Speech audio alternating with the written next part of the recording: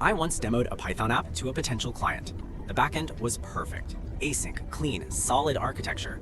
He didn't comment on the logic. He just said, "Is this finished?" In 2026, AI writes the logic. The interface is the only thing users still judge you on. And if you're building in Python, two frameworks are competing to replace the old answer. One of them is winning. The other one, the most popular one, the one in every tutorial you've watched in the last 2 years, might already be dead. When the Python community got fed up, it split into two camps. Camp 1 said, the problem isn't Tkinter, nobody styled it properly. So they built Ttkbootstrap, bootstrap themes, modern widgets, zero new concepts. Camp 2 said, Tkinter is a 30-year-old architecture. Themes are makeup on a skeleton. We need something built for 2026. So they built Flet, Flutter under the hood, cross-platform, async-native. Both exist, both ship real apps. The question isn't which one is better, it's which one is better for what you're building right now. Ttkbootstrap makes one promise. Same Tkinter you know, modern interface. That promise is mostly true. The part nobody tells you, it can't fix what's underneath. But let's see what it does first, because what it does is genuinely impressive. One import. Import Ttkbootstrap as TTK. App equals ttk.window, theme name equals superhero. That's it.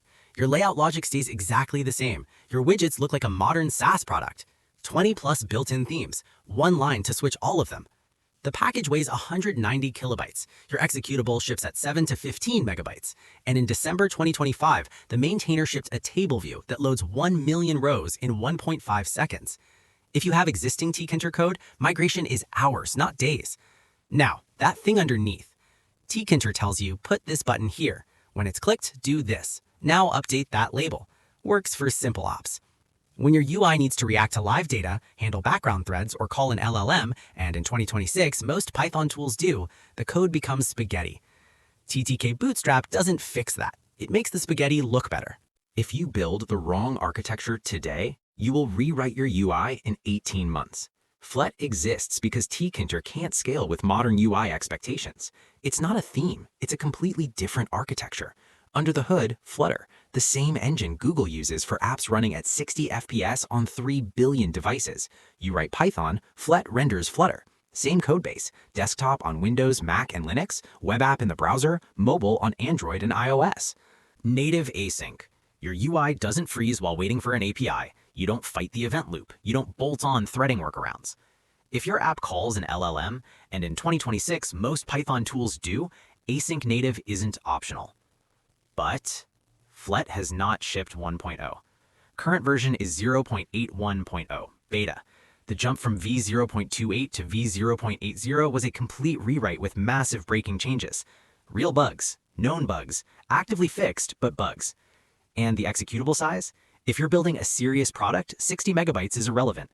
If you're shipping a tiny internal script, it's massive. That's a filter. Know which side you're on. And yet, 14,900 GitHub stars, 355,000 monthly downloads, 6 target platforms. That is what community momentum looks like for a framework with real bugs and no 1.0 yet. People are betting on it anyway. That means something. Here's the uncomfortable part. The most popular answer to make Tkinter look modern? It might already be dying. CustomTkinter, 12,000 GitHub stars, the one in every modern Python GUI tutorial you've watched for the last 2 years. As of late 2025, no new PyPI release in over 12 months. The community is quietly moving on. This is the moment I mentioned at the start. Ttkbootstrap just shipped v1.20.1. Flet is racing to 1.0. Developers who bet on the most popular option are now evaluating. The moment a dominant tool goes dormant is exactly when the next standard gets chosen. You're not late.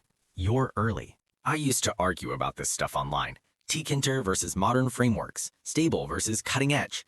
Then I shipped something ugly. And nobody cared how clean my architecture was. Stop asking which is better. Ask, what am I building? Use Ttkbootstrap when you have existing Tkinter code, the app runs on desktop only, binary size matters, you want stable v1.x today, and zero new mental model. Use Flet when you're starting from scratch and want to grow to mobile or web. Your app calls APIs, processes background data, or talks to an LLM. You want the interface to feel like a product, not a script with a face. I use Ttkbootstrap for internal tools I run myself. I use Flet when I'm building something other people will judge. That's not a cop-out. That's what senior actually looks like. The tools exist. The documentation is there. There's no sign Tkinter is going anywhere. But the reason your app still looks like Windows 98, that's a choice, not a constraint. Now you know how to build something that looks like a real product, but there's a question that matters more. What do you build? I spent 3 years getting better at my craft, certifications, side projects, optimizing my resume.